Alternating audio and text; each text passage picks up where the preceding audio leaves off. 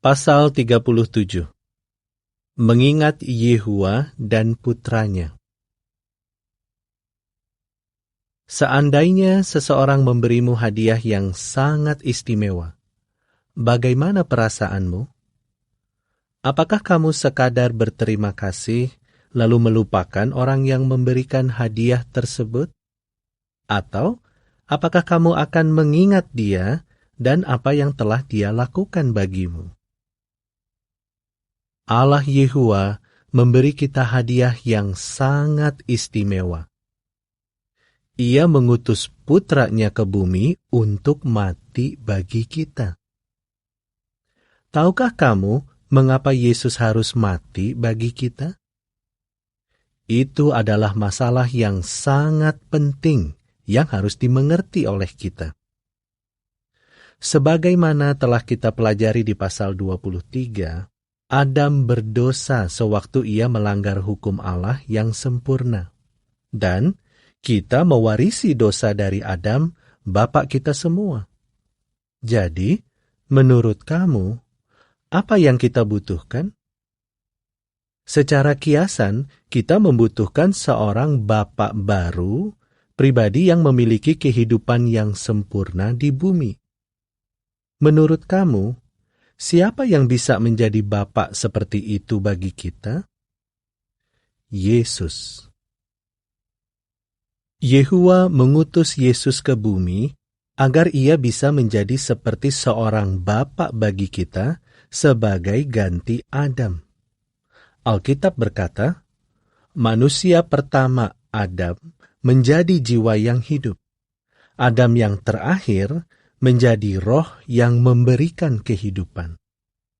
Siapakah Adam yang pertama? Ya, dia adalah pribadi yang Allah ciptakan dari debu tanah. Siapakah Adam yang kedua? Yesus. Alkitab memperlihatkan hal itu dengan berkata, manusia pertama, Adam, berasal dari bumi dan terbuat dari debu. Manusia kedua, Yesus, berasal dari surga. 1 Korintus 15 ayat 45 dan 47. Karena Allah mengambil kehidupan Yesus dari surga dan menaruhnya ke dalam rahim seorang wanita bernama Maria, Yesus tidak mewarisi dosa apapun dari Adam. Itulah sebabnya Yesus adalah manusia sempurna. Itulah juga sebabnya mengapa seorang malaikat berkata kepada para gembala sewaktu Yesus lahir, telah lahir bagi kamu hari ini seorang juru selamat. Lukas 2 ayat 11. Tetapi, untuk menjadi juru selamat kita, apa yang pertama-tama diperlukan oleh Yesus sebagai bayi? Ia perlu bertumbuh dan menjadi seorang pria dewasa sama seperti Adam. Setelah itu, Yesus bisa menjadi Adam yang kedua. Yesus, juru selamat kita, juga akan menjadi Bapa yang kekal bagi kita. Sebutan tersebut tercantum dalam Alkitab. Ya, Yesus yang sempurna dapat menjadi Bapa kita sebagai ganti Adam yang menjadi tidak sempurna sewaktu ia berdosa. Dengan cara itu, kita dapat memilih Adam yang kedua sebagai Bapa kita. Tentu saja, Yesus sendiri adalah Putra Allah Yehua. Dengan belajar tentang Yesus, kita dapat menerima Dia sebagai Juru Selamat kita. Ingatkah kamu, dari apa kita perlu diselamatkan? Ya, dari dosa dan kematian yang kita warisi dari Adam. Kehidupan sempurna sebagai pria dewasa yang Yesus korbankan atau serahkan bagi kita disebut tebusan. Yehua menyediakan tebusan agar dosa-dosa kita dapat diampuni. Tentunya, kita tidak ingin melupakan apa yang telah dilakukan Allah dan Putranya bagi kita, bukan? Yesus memperlihatkan kepada para pengikutnya cara yang istimewa yang dapat membantu kita mengingat apa yang telah Ia lakukan. Mari kita bahas hal itu. Bayangkan kamu berada di ruang atas sebuah rumah di Yerusalem. Hari sudah malam. Yesus dan para rasul-Nya duduk mengelilingi meja. Di atas meja terdapat anak domba panggang, beberapa potong roti pipih, dan anggur merah.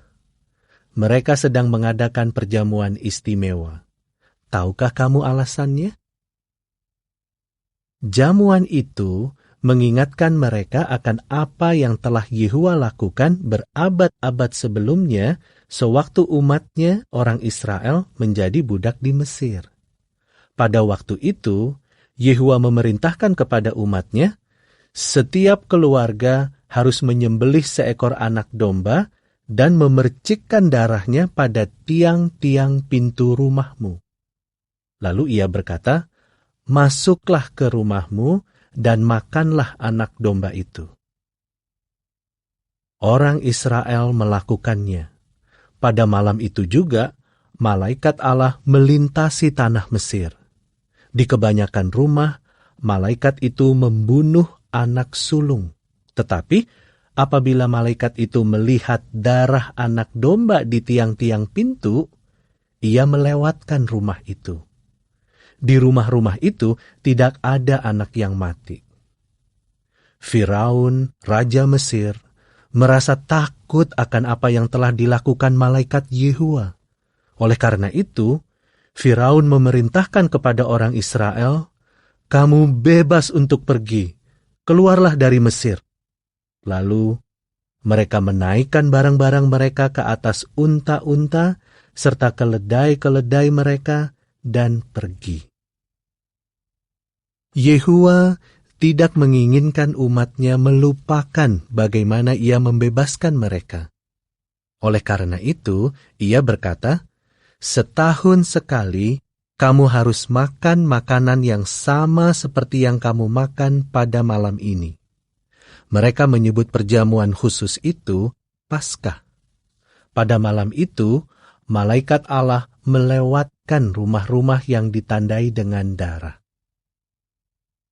Yesus dan rasul-rasulnya memikirkan hal itu sewaktu mereka makan jamuan Paskah. Selanjutnya, Yesus melakukan sesuatu yang sangat penting. Akan tetapi, sebelum ia melakukannya, rasul yang tidak setia, Yudas, diminta keluar.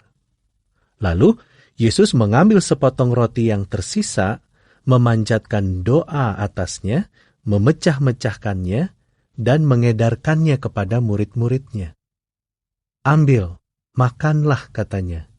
Lalu ia berkata kepada mereka, roti ini mengartikan tubuhku yang akan kuberikan sewaktu aku mati bagimu. Selanjutnya, Yesus mengambil secawan anggur merah. Setelah doa syukur yang kedua, ia mengedarkannya dan berkata, minumlah dari cawan ini, kamu semua. Dan ia memberitahu mereka, anggur ini mengartikan darahku. Sebentar lagi, aku akan mencurahkan darahku demi membebaskan kamu dari dosa-dosamu.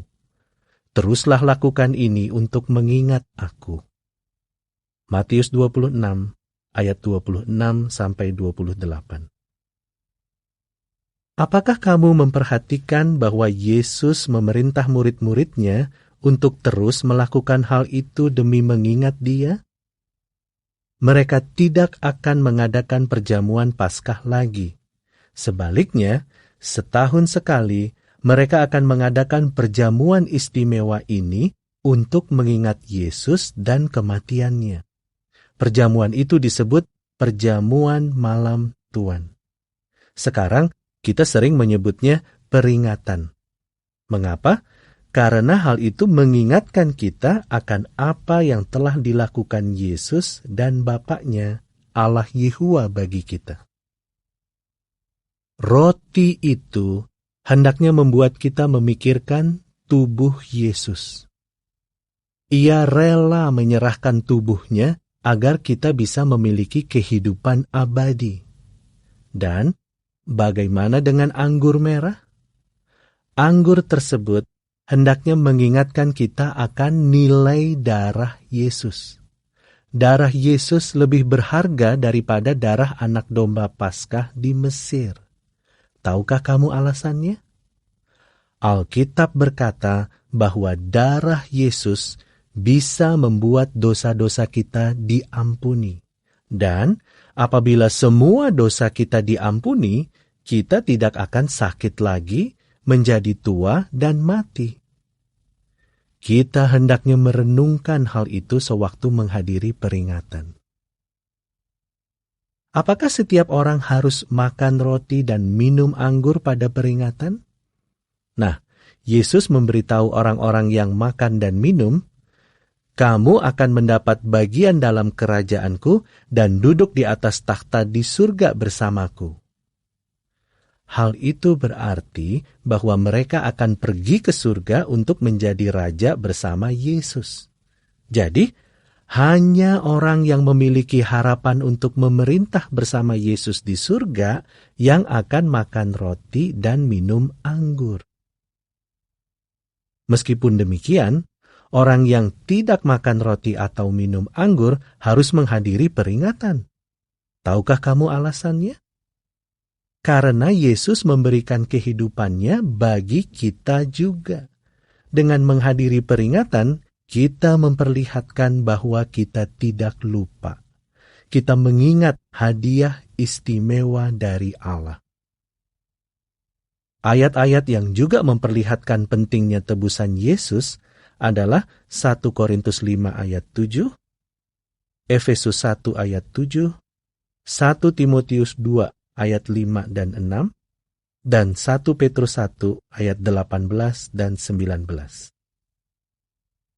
Sekarang, mari kita lihat gambar-gambar di pasal ini dan jawablah pertanyaan-pertanyaannya. Apa persamaan Adam dengan Yesus? Dan mengapa hal itu sangat penting? Bagaimana darah anak domba melindungi orang Israel? Apa manfaat darah Yesus yang Yesus bandingkan dengan anggur bagi kita?